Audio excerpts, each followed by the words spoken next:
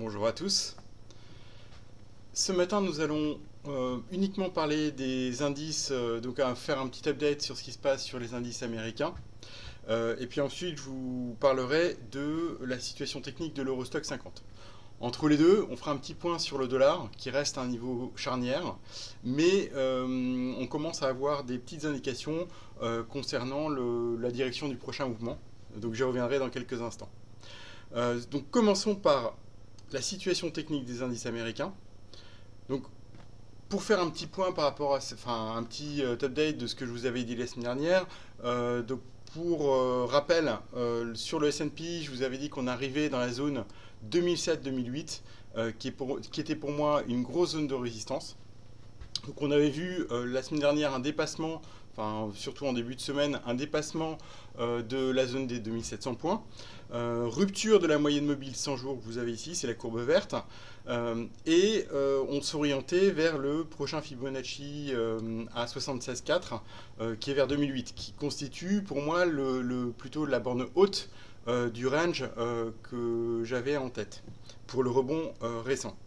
Ce qu'on peut voir, c'est d'assez intéressant, c'est que sur les quelques séances précédentes, l'indice a clairement bloqué sur la moyenne mobile de 100 jours. Donc on voit que clairement les investisseurs n'ont pas ignoré cette moyenne mobile qui d'un point de vue psychologique reste effectivement très importante. On voit qu'on a commencé à avoir une réaction baissière par rapport à une situation relativement surachetée, avec, je vous le rappelle, en vague d'Elliott, une remontée en 5 temps. Donc une situation technique un petit peu tendue, on commence à être un peu suracheté sur les indices, et ce qui est encore plus important, c'est qu'on a commencé à voir hier une réaction technique à ces signaux de surachat. Donc c'est le plus important pour moi parce que pour l'instant le marché restait insensible aux signaux trading court terme surachetés.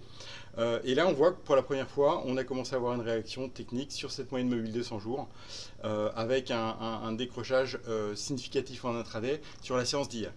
Donc tout ça m'incite à penser que le call, comme quoi le potentiel d'appréciation est maintenant limité, il semble plutôt bien fonctionner. Donc je vous réitère mon message, c'est-à-dire plutôt un marché qui, après un rebond assez incroyable, puisque c'était la plus forte hausse en janvier depuis 1987, on devrait plutôt maintenant avoir un marché un petit peu topish. Il n'a pas encore vraiment tourné, mais on s'oriente plutôt vers une pause au minimum ou un potentiel de hausse limité en cas de reprise de la hausse à court terme. Voilà, donc un marché qui reste d'un point de vue moyen terme pas très bon malgré le rebond récent. On le voit par rapport au croisement baissier des moyennes mobiles 50 et 200. Vous voyez que les trois moyennes mobiles sur le graphique sont baissières. On commence à avoir une petite inversion haussière de la moyenne mobile 50, mais pour l'instant rien de très pertinent. Donc un message plutôt prudent après le rebond récent et probablement une poursuite d'un environnement de trading assez chahuté. Si on regarde maintenant le Nasdaq 100, sur le Nasdaq 100, on voit qu'on a été chercher très clairement une zone de résistance assez importante, puisque ça correspond à un Fibonacci, le 61,8 étant un des ratios de retracement les plus importants quand on part d'un sommet historique.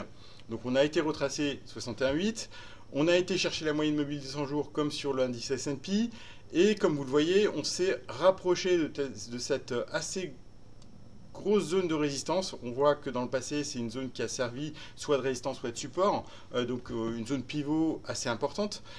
Donc on est venu chercher cette semaine la zone des 7050-7100 et on a vu, comme sur le S&P, un début de décrochage sur la séance d'hier. Donc une situation technique un petit peu tendue.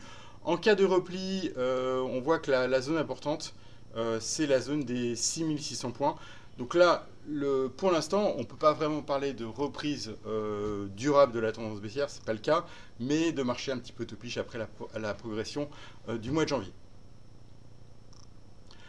Si on fait maintenant, donc je vous ai parlé des actions américaines, on va parler de la devise.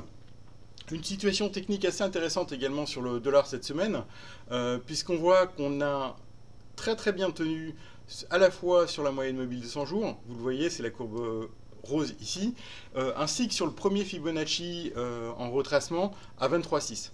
Donc pour moi, le message du marché, il n'était pas clair jusqu'à maintenant, il commence à devenir un petit peu plus clair, c'est-à-dire que le message du marché, c'est le dollar est toujours une monnaie forte. Vous avez ici le dollar index, donc contre un panier de devises de pays développés. Donc on voit que le dollar est toujours une monnaie forte. Commence à être un petit peu topiche hein, depuis quelques mois. On a vu des résistances assez importantes se former dans la zone 97-98. Mais pour l'instant, pas de vraie inversion de tendance. Donc à mon avis, ce qui risque d'arriver, c'est qu'on pourrait avoir des traders qui testent un peu la force du dollar dans les prochaines semaines et qui essayent de ramener le dollar sur des niveaux de 97-98, qui est le haut de son trading range. Donc voilà, un message un petit peu plus haussier par rapport aux semaines précédentes. Ce sentiment plutôt de force du dollar, il est confirmé quand on regarde l'euro-dollar. Comme je vous l'avais déjà mentionné, on avait vu un bull trap très clair au mois de janvier, avec une fausse rupture de la zone des 1,15, un retour sur la zone des supports à 1,13. Donc là, vous voyez, pas besoin de vous faire un dessin. Ça reste une très grosse zone de support. Néanmoins, ce qu'on peut voir, c'est qu'à chaque fois, en fait, on a refait un rebond sur la zone des 1,15, nouvel échec à l'approche de 1,15 et de la moyenne mobile de 100 jours baissière. Et on a l'impression qu'en fait, les rebonds sont de plus en plus pénibles, de plus en plus difficiles. Donc on se maintient sur cette droite de support. On a l'impression que c'est une balle qui rebondit de moins en moins fort. Donc là, il y a un risque à moyen terme, tôt ou tard, de casser cette zone de support et d'avoir une reprise de la tendance baissière moyen terme de l'euro-dollar. Donc à surveiller, ça pourrait être un thème assez important dans les prochaines semaines. On va finir par un petit update sur ce qui se passe sur l'Eurostoxx. Donc à nouveau, vous voyez clairement l'importance des retracements de Fibonacci sur ce graphique. On est venu chercher le 38,2% de retracement de toute la séquence baissière. Vous voyez, c'est une très très longue séquence baissière qui a commencé en fin 2017. On est venu retracer 38,2 de ce mouvement et on a amorcé hier un début de correction, donc invalidation de l'accélération haussière qu'on a connue cette semaine, donc notamment avec une très belle séance mercredi. Donc on voit que la situation technique reste très compliquée. L'indice a maintenant rebondi de à peu près 10%, ce qui est dans la moyenne des rebonds techniques sur l'Eurostoxx 50 sur une durée à peu près de 1 à 2 mois. On voit que le dernier rebond similaire, c'était celui-là. Donc un rebond pour l'instant qui est très similaire à celui qu'on a connu en mars-avril de l'année dernière.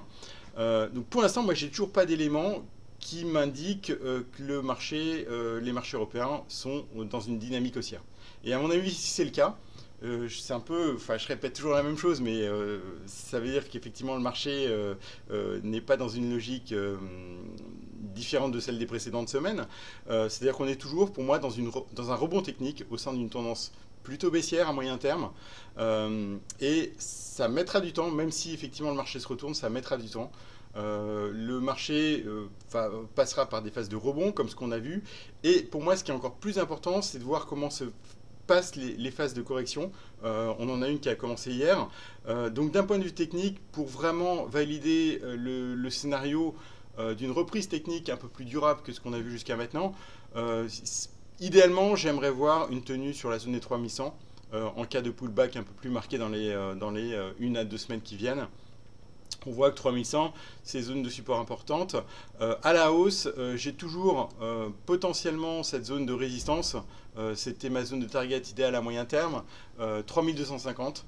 On l'a quasiment touché cette semaine. Bon, malheureusement, on s'est arrêté sur le Fibonacci que vous voyez ici à 3214. Mais on n'était pas très loin de cette zone de résistance. En cas de reprise de la hausse, pour moi, c'est un peu les niveaux en target à moyen terme. Envisager une reprise beaucoup plus durable au-delà des 3250, 3300, ça me paraît beaucoup trop tôt. Voilà, donc haut de range 3250, 3300, bas de range à surveiller 3100. Avant de vous quitter, juste un petit focus sur les indicateurs de market breadth. J'en ai parlé dans mon morning d'hier matin. Donc là, ce qu'on peut voir, vous avez le Stoxx 600.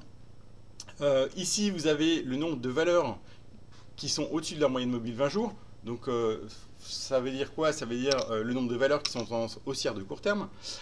Ici, au-dessus de leur moyenne mobile 50 jours, tendance haussière de moyen terme. Et ici, les valeurs qui traitent au-dessus de leur moyenne, les valeurs du stock 600 qui traitent au-dessus de leur moyenne mobile 200 jours. Sous-entendu, les valeurs en tendance haussière à long terme. Donc là, une situation technique très intéressante sur cet indicateur de profondeur de marché. Comme vous voyez, on commence à voir une situation très tendue sur des horizons court et moyen terme, donc les deux graphiques ici, et une situation toujours assez mauvaise sur les indicateurs techniques long terme. Donc sous-entendu, on a un rebond technique.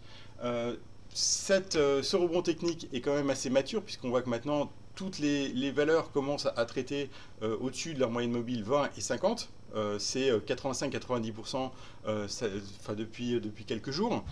À l'inverse, quand on regarde le nombre de valeurs qui sont au-dessus de leur moyenne mobile de 100 jours, on est toujours sur des très mauvais chiffres, puisque moins de la moitié des titres du stock 600 sont au-dessus de leur moyenne mobile de 100 jours, même après le rebond récent.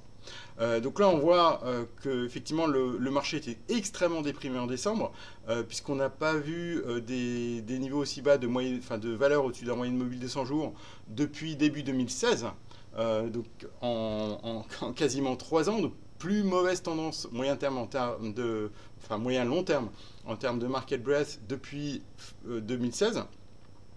Et le risque, c'est quoi? C'est d'avoir fait un rebond technique et d'avoir une situation un petit peu similaire à celle qu'on a connue au courant de l'année 2016. C'est-à-dire, comme vous le voyez ici, on a eu un rebond technique par rapport à cette situation de survente. Donc, c'était la période Q1 2016. Et puis derrière, le marché n'a pas fait grand-chose. Donc pour moi, en fait, soit effectivement, on va avoir une reprise de cette tendance baissière après le rebond récent. Le scénario alternatif, ça pourrait être un scénario à la 2016, c'est-à-dire un marché qui fait du range pendant une durée assez longue. On va dire que ça serait le scénario le scénario plus optimiste que je peux avoir maintenant. Si on regarde, dernier graphique, après je vous laisse, dernier graphique sur le S&P, donc un indicateur, les mêmes indicateurs, moyenne mobile 20 jours, moyenne mobile 50, moyenne mobile 200. Donc là vous voyez une situation technique assez similaire, avec une situation clairement de surachat par rapport aux moyennes mobiles 20 et 50. Et également sur le nombre de valeurs du S&P 500 au-dessus de leur moyenne mobile 200, un nombre un petit peu plus important, puisqu'on est au-delà de 50% après le rebond récent. Néanmoins, vous voyez qu'en fait, on a une situation technique en décembre également similaire à celle de début 2016, voire fin 2015. Donc là, même message. Là, on voit qu'il y avait une situation technique assez intéressante qui ressemble à celle-là. Donc un rebond technique, une tendance moyen terme qui est toujours... moyen-long terme, qui est toujours pas terrible d'après les moyennes mobiles 200. Donc là, le risque, c'est quoi? À nouveau, soit un palier, c'est-à-dire du range qui se forme à partir des niveaux actuels pendant plusieurs mois, voire éventuellement, au-delà du range de stabilisation, risque d'une reprise de la tendance baissière, avec éventuellement un retour sur les plus bas de l'année dernière. Voilà, je vous laisse. Très bonne journée à vous et à très bientôt.